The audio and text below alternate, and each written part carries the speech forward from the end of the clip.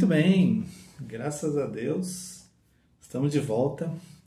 Nosso estudo bíblico aqui da Arca. Nós estamos falando do Evangelho puro e simples, 7 princípios do Evangelho para o século 21. Na semana passada nós falamos do primeiro princípio, né, que é o amor, mas só para recapitular, a gente está falando de amor, está falando de respeito, de aliança, de empatia, de cura, de libertação e de redenção.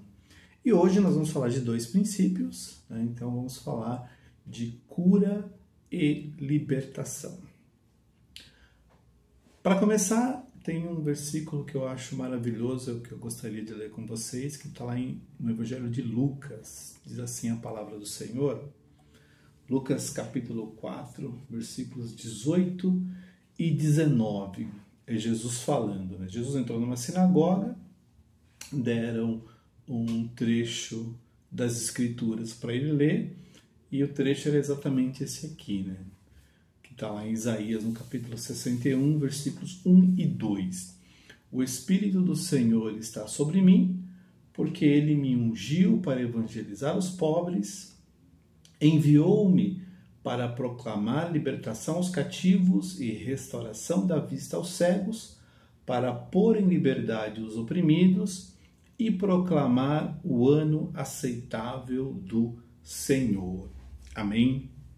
É maravilhoso quando a gente lê esse versículo e vê que o ministério de Jesus era amplo, atingia todas as esferas da necessidade humana, e dentre essas esferas, o ministério de Jesus a gente vê muito forte atuando na questão da cura e na questão da libertação. A gente vê em muitas passagens Jesus curando enfermos, a gente vê em muitas passagens ele libertando pessoas que estavam oprimidas por espíritos malignos, né? Então a gente vê no cotidiano do ministério de Jesus esta questão da cura e da libertação, e como que as pessoas foram impactadas por essa questão de cura e essa questão de libertação. É importante dizer que na época de Jesus a sociedade judaica estava sob o domínio romano. Era difícil viver sob o domínio romano. Os romanos eles eram implacáveis, então não tinha muita conversa, né? Qualquer tentativa de rebelião não dava certo, né? Não tinha como resolver de outra forma, porque eles eram muito violentos, muito brutos. Além disso, a sociedade judaica ela olhava para os romanos como um povo opressor, um povo que estava ali para podar a liberdade dos judeus. Então eles sempre olhavam com aquele olhar de medo, mas também de desconfiança e também de raiva. Tá? O fato de você não ser cidadão romano te privava de uma série de benefícios, então a vida era mais difícil para quem não era cidadão romano. Não era um direito que todo mundo tinha, era para poucos nas condições de Israel, né? Porque eles foram um povo que foi conquistado pelos romanos. Neste cenário, neste contexto, é que o ministério de Jesus acontece lá no primeiro século, né? Claro, não foi só o ministério de cura e de libertação, Jesus fez muito mais outras coisas, ensinou bastante. Além de ensinar, mostrou para a humanidade o caminho da salvação, o caminho da redenção.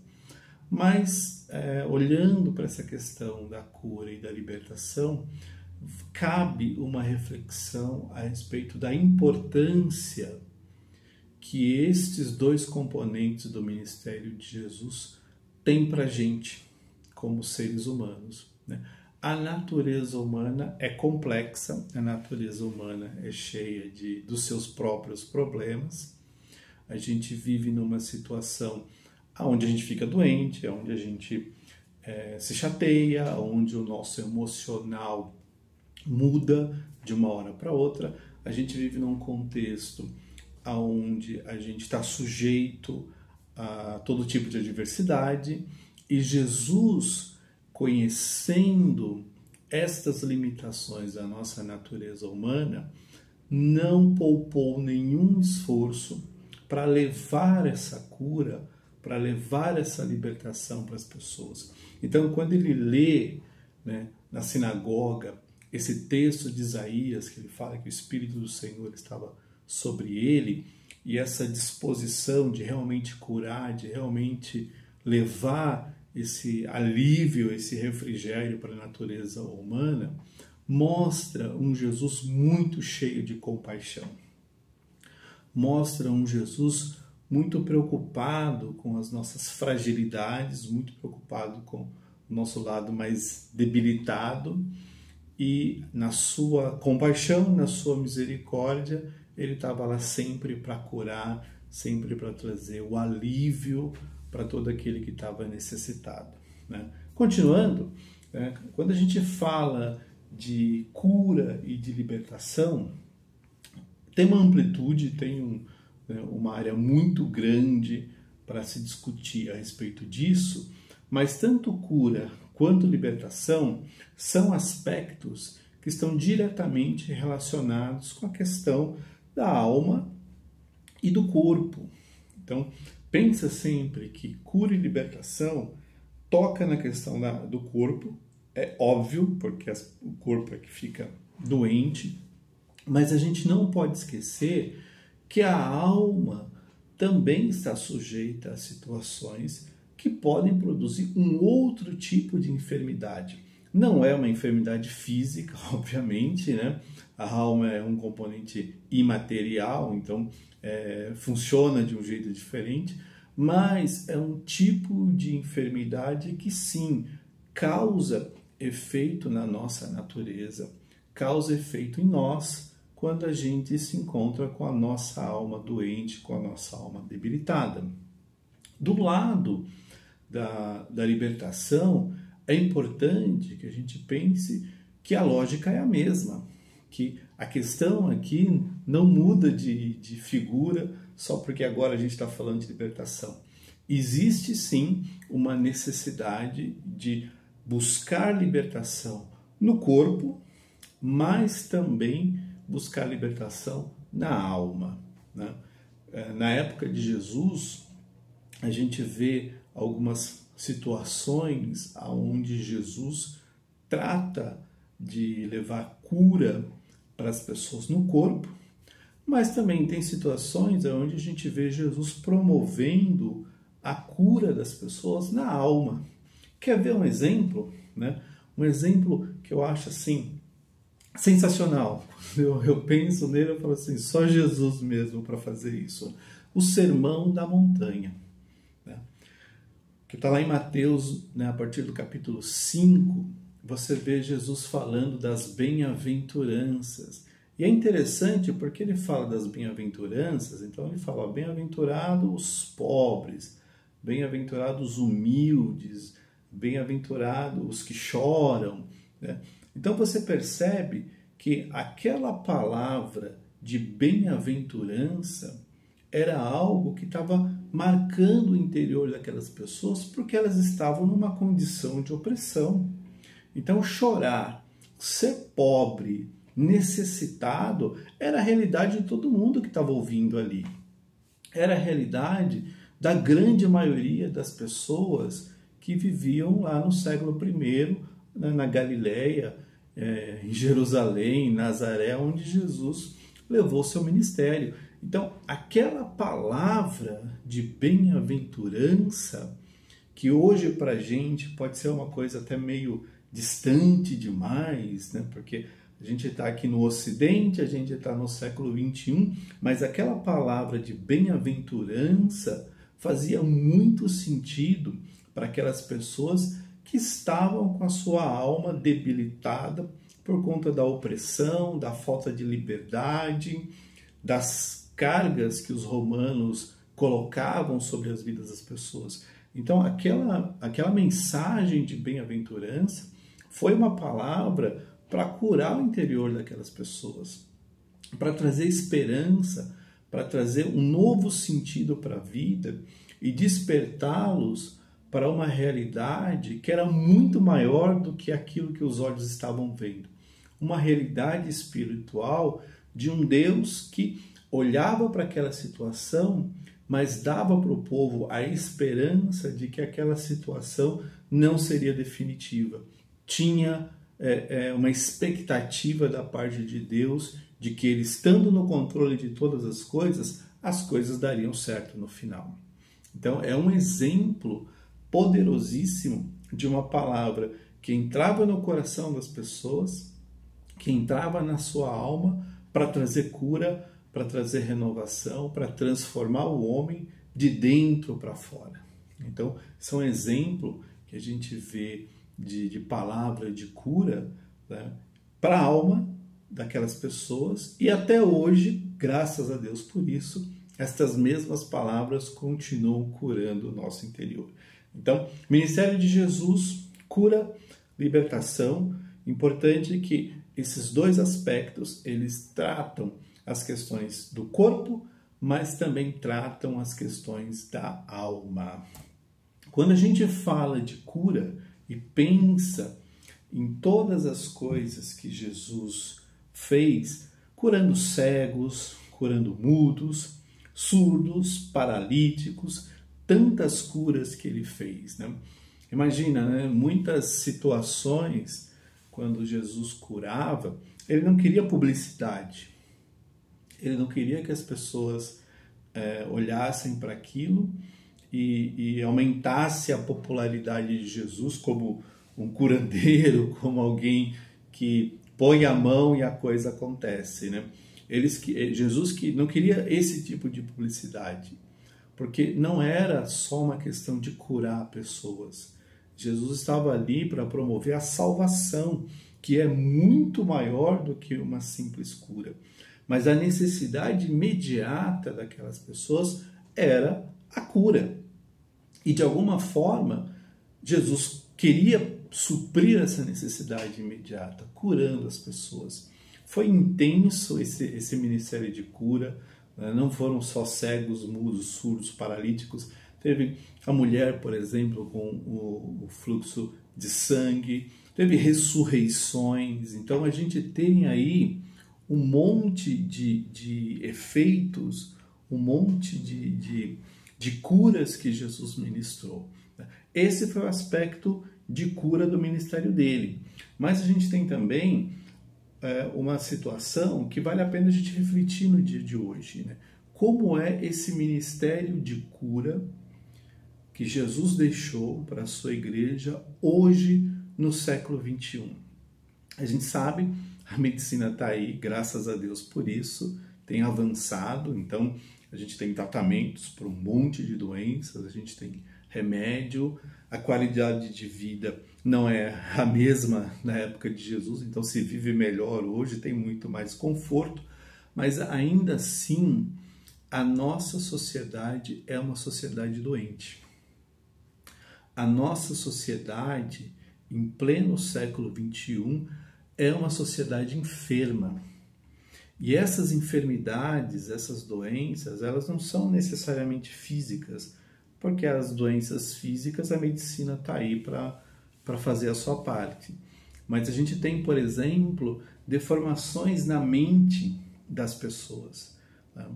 É impressionante como a gente vê, em pleno século XXI, comportamentos que a gente já deveria ter eliminado há muito tempo. A discriminação, seja ela social, intelectual, seja racial, seja de gênero, que seja qualquer tipo de discriminação, é algo que ainda existe em pleno século XXI, fácil de você perceber, fácil de você notar e fácil, inclusive, de praticar, porque as pessoas estão aí fazendo as suas discriminações. Isto é consequência de deformações que ainda agem na mente humana. Naquela sensação de que eu sou melhor, eu tenho mais, eu posso mais, o outro não tem, então eu me dou o direito de me apresentar como superior, como melhor, como alguém que está acima de qualquer suspeita, né? Isso é uma deformação na mente, é uma deformação que precisa de cura, que precisa de verdade, que a gente abra o coração para que Jesus venha curar, para que Jesus venha nos transformar de dentro para fora. É absurdo a gente viver numa sociedade que ainda se presta a discriminar, que ainda se presta a expor as suas mazelas discriminatórias de uma forma tão vergonhosa, porque mesmo com tudo aquilo que Jesus fez, a gente já deveria estar diferente. Mesmo o cristianismo chegando em tantos lugares, a gente vê que essas coisas ainda acontecem e pior, elas acontecem também dentro da igreja. Ainda tem discriminação dentro da igreja, em muitos ministérios, em muitas famílias que se dizem cristãs e que não poderiam mais agir dessa forma, de forma alguma, porque se nós somos imitadores de Cristo, a nossa mente tem que ser a mente de Cristo. Então eu não posso me servir de nenhum tipo de deformação, porque não é o que o Senhor quer. E pior, eu não posso dar nenhuma desculpa porque eu sou fraco, porque eu sou limitado, porque eu não sou perfeito por conta disso. Dou esse tipo de desculpa para continuar alimentando essas deformações mentais, essas deformações da nossa mente. A gente tem que acabar com isso. A gente tem que olhar para o nosso interior e desejar que essas deformações acabem, né? Que a gente pare de olhar para o indivíduo sempre com uma régua na mão para saber se ele é mais do que eu ou menos do que eu, para saber se ele tem mais ou menos do que eu, se ele é melhor ou pior do que eu. A gente precisa parar com isso. A gente tem que olhar para as pessoas como os nossos semelhantes, né? Como aqueles que são parecidos conosco em todos os sentidos, nas fraquezas, nas potencialidades, nos desejos e nas frustrações também. Então, se a gente tiver esse olhar de Cristo, porque isso é o olhar de Cristo, ele estava aqui sentindo na pele aquilo que a gente sente e teve compaixão de nós.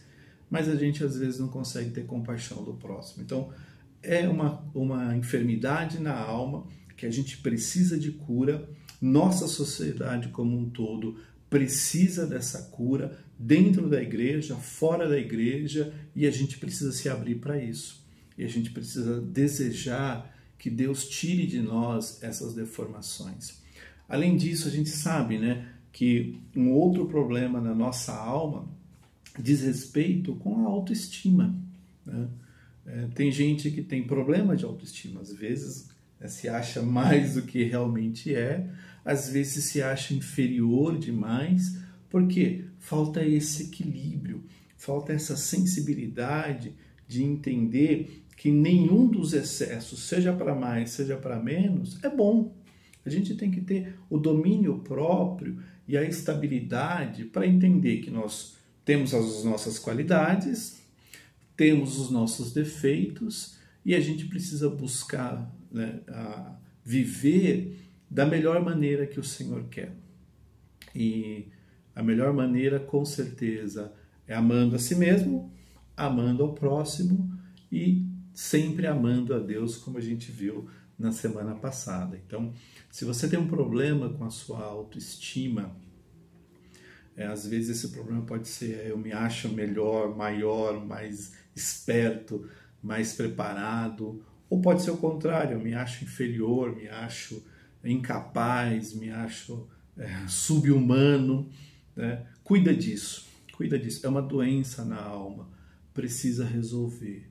E quando eu abrir o meu coração para que Deus me transforme de dentro para fora, até essa questão de autoestima também é transformada.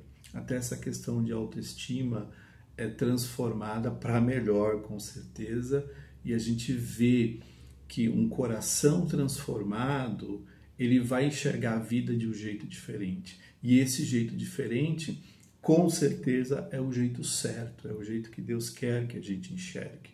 Então tá aí dois grandes problemas que a gente encontra aqui no século XXI, a nossa deformação na mente, os nossos problemas de autoestima. São somente dois exemplos, com certeza tem muito mais que isso, mas suficientes para a gente olhar para a nossa natureza e ver o quanto que a gente ainda precisa ser curado, o quanto que a gente ainda precisa melhorar. E o melhor de tudo é saber exatamente que Cristo tem essa cura para a nossa alma. Amém? Falando agora de libertação, né, na época de Jesus, a libertação com certeza estava aí apontando para questões de espíritos malignos. Né? A gente vê que Jesus confrontou, né, os espíritos malignos que oprimiam as pessoas, que geravam todo tipo de dor, de sofrimento, né, de dificuldade na vida dessas pessoas. E Jesus foi lá e libertou, trouxe essa libertação para que esses espíritos malignos não mais assolassem, não mais levassem nenhum tipo de opressão para aquelas pessoas. Essa foi a libertação que Cristo trouxe. Não foi necessariamente apenas libertação pensando nas questões de espíritos malignos. Se a gente olhar para os discípulos de Jesus, os discípulos de Jesus, eles não se sentiam livres, eles não se sentiam libertos. Eles tinham um monte de prisões espirituais e emocionais que os impediam de ter uma vida plena. E foi a partir do momento que eles tiveram contato com Jesus e começaram a andar com Ele, que eles experimentaram a liberdade plena, né, que só Cristo pode dar, que só Cristo pode promover. Né? Se você pensar, por exemplo, Judas Iscariotes. Judas Iscariotes, mesmo andando com Jesus, ele tinha um problema muito grave, muito sério, porque ele não era livre. Ele tinha a sua prisão espiritual assolando a sua vida, mesmo andando com Jesus. Olha que coisa louca, né? Olha que coisa absurda. Mesmo sendo discípulo de Jesus, Judas não era livre. Né? Ele tinha um problema com dinheiro, ele era ladrão, roubava o ministério de Jesus, né? Não tinha nenhum pudor, pegava lá o dinheiro que as mulheres e os homens davam para subsidiar o ministério de Jesus, porque o amor ao dinheiro era para Judas uma prisão da qual ele não conseguia se libertar. E aquela prisão, né, para Judas era tão intensa que quando ele percebeu a oportunidade de vender Jesus, e veja, né, lucrar, né, com isso, né, ganhar dinheiro com isso, ele não pensou duas vezes. Na última ceia, quando Jesus falou assim, aonde vocês vai me trair, né, aí todo mundo ficou, e aí, será que sou eu? Será que sou eu?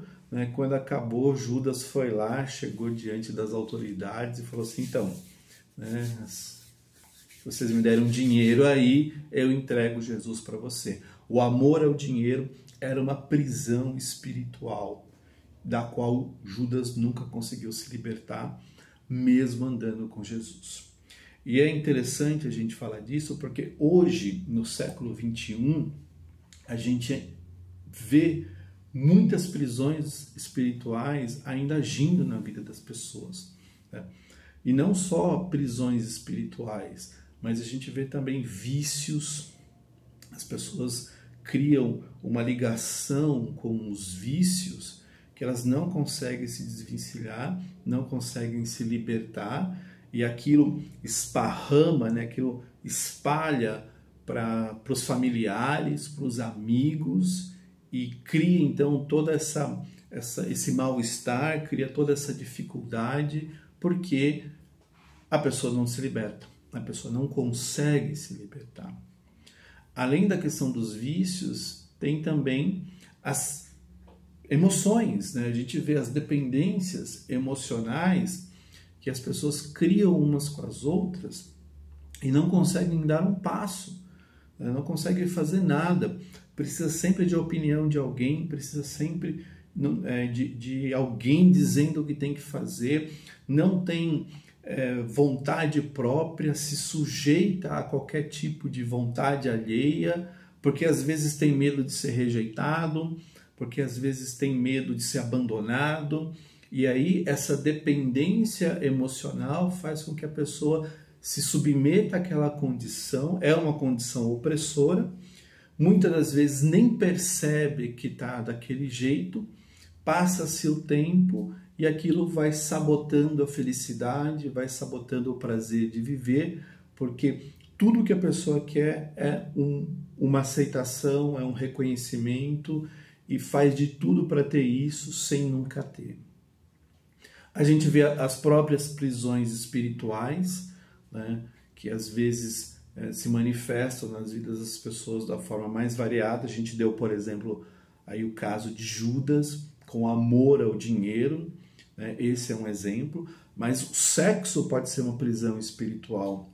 Quando ele vira uma obstinação, quando ele vira algo incontrolável e foge dos padrões de Deus, sai daquilo que é razoavelmente aceito e passa a ser uma coisa descontrolada, vira uma prisão emocional, né? E uma prisão espiritual. E todo mundo que se submete a uma prisão espiritual, às vezes é porque quer, porque deu a brecha para aquilo, e às vezes foi de forma inconsciente. A pessoa não percebeu, não tinha clareza, não tinha esclarecimento a respeito daquilo, e quando se deu conta entrou numa prisão espiritual e está prisioneiro dessas situações. Então no século XXI, acredite, a gente vê ainda muitas prisões espirituais assolando pessoas, muita gente dependendo emocionalmente para se sentir útil, para se sentir amado, para se sentir reconhecido. A gente vê as questões dos vícios, e são apenas alguns exemplos, né? A gente poderia ficar aí falando de um monte deles. Então, essa é a realidade do século XXI. Não é somente isso, com certeza tem muito mais coisas, e tanto para as questões das doenças na alma, quanto das questões das prisões espirituais, é importante que a gente saiba que com Cristo tem cura e tem libertação em nome de Jesus. Por isso, em pleno século XXI, seja curado e seja liberto. Busque a tua cura, busque a tua libertação. Nós estamos longe de ser pessoas perfeitas. A gente tem sérios problemas. E dentre tantos sérios problemas que a gente não se tolera. Eu acho que é engraçado falar uma coisa dessa, mas é verdade, a gente não se tolera. A gente vive numa realidade aqui no século XXI, onde as pessoas querem ter razão, querem ter a sua própria razão, e se alguém contraria, ao invés de a gente discutir ideias, eu não concordo com você por conta desses aspectos, vamos discutir e vamos chegar aí em alguma conclusão. Ao invés de fazer isso, o que as pessoas fazem? Atacam umas às outras, né? Apontam as suas armas, né? Rotulam, lacram, fazem todo tipo de absurdos porque foram contrariados. Porque a gente não pode mais ser contrariado. Então, se você falar uma coisa da qual eu não concordo, já sabe, né? Tô brincando, né? Tá fora disso, em nome de Jesus. O que a gente precisa é ter mais tolerância. A gente precisa se aceitar mais, a gente precisa se respeitar mais, e a gente precisa buscar de Deus a cura e a libertação para a nossa alma. A gente pode buscar para o nosso corpo, é totalmente lícito fazer isso, cuida dele, cuida bem dele, mas não esqueça que as deformações estão aí e a gente não pode mais conviver com elas. Os vícios estão aí e a gente não pode mais permitir que isso continue agindo na nossa vida. As prisões emocionais, elas estão aí e a gente não pode mais fechar os olhos e achar que tudo bem ficar desse jeito. Temos que buscar a nossa cura, temos que buscar a nossa libertação e esse caminho passa por Jesus Cristo. Então olha para a tua vida, veja onde você está perdendo, né? Se posiciona com relação a isso, tira todas as brechas da frente, tapa tudo que tiver de buraco, de coisas que estão te arrastando para essas situações, coloca Cristo no coração, peça para Ele te ajudar, te orientar, te fazer uma mulher melhor, um homem melhor, porque é bom, é lícito que seja assim. E mais importante também, não apenas isso, mas importante também é seja um instrumento de cura e de libertação. Deus pode fazer uma obra, com certeza, Ele pode, Ele é poderoso para isso, mas Ele também usa pessoas. Então deixa Deus te usar para levar cura e libertação para aqueles que você ama, para aqueles que convivem com você, para aqueles que necessitam dessa cura e dessa libertação. Eu acho que uma coisa maravilhosa é quando a gente se dispõe a ser esse instrumento, mesmo sabendo que a gente tem as nossas coisas que precisam ser curadas, as nossas necessidades de libertação, mas olhar para o nosso semelhante, saber que ele também precisa e que Deus pode me usar para ajudá-lo. Isso faz de nós instrumentos de Deus. Então pensa nisso, olha para isso. Deus quer te curar, Deus quer te libertar e Ele também gostaria de usar você para curar e libertar outras pessoas, assim como outras são usadas para nos curar e nos libertar também. Amém? Que Deus te abençoe.